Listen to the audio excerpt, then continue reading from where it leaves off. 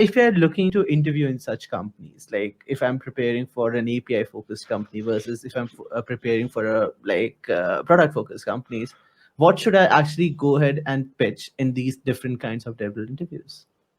Yeah. So if you're going into a product-based company, like I think one of the most key kind of aspects of that role is communication, is working like between teams and working cross-functionally and helping drive work that maybe requires gathering a lot of information, getting buy-in from like stakeholders in different places, and is just a lot more flexible. So I think focusing on communication, focusing on your writing, and not just public facing writing, but the fact that you can communicate effectively, like concisely, like internally, is also very high value.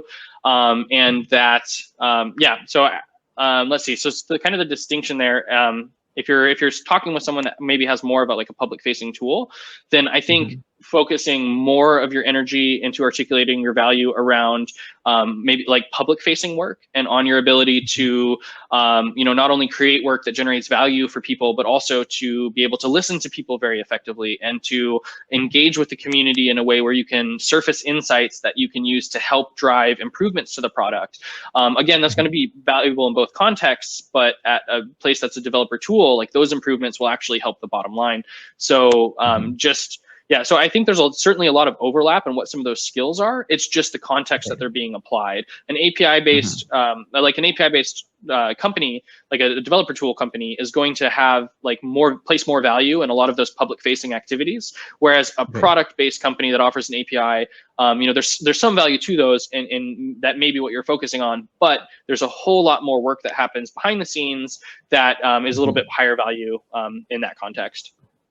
Right, exactly. So it's not just about communicating and being very public about different things. It's also about internal stuff and how you communicate within the team and make sure like how that particular thing on that particular product is being pitched to the developers in the right way.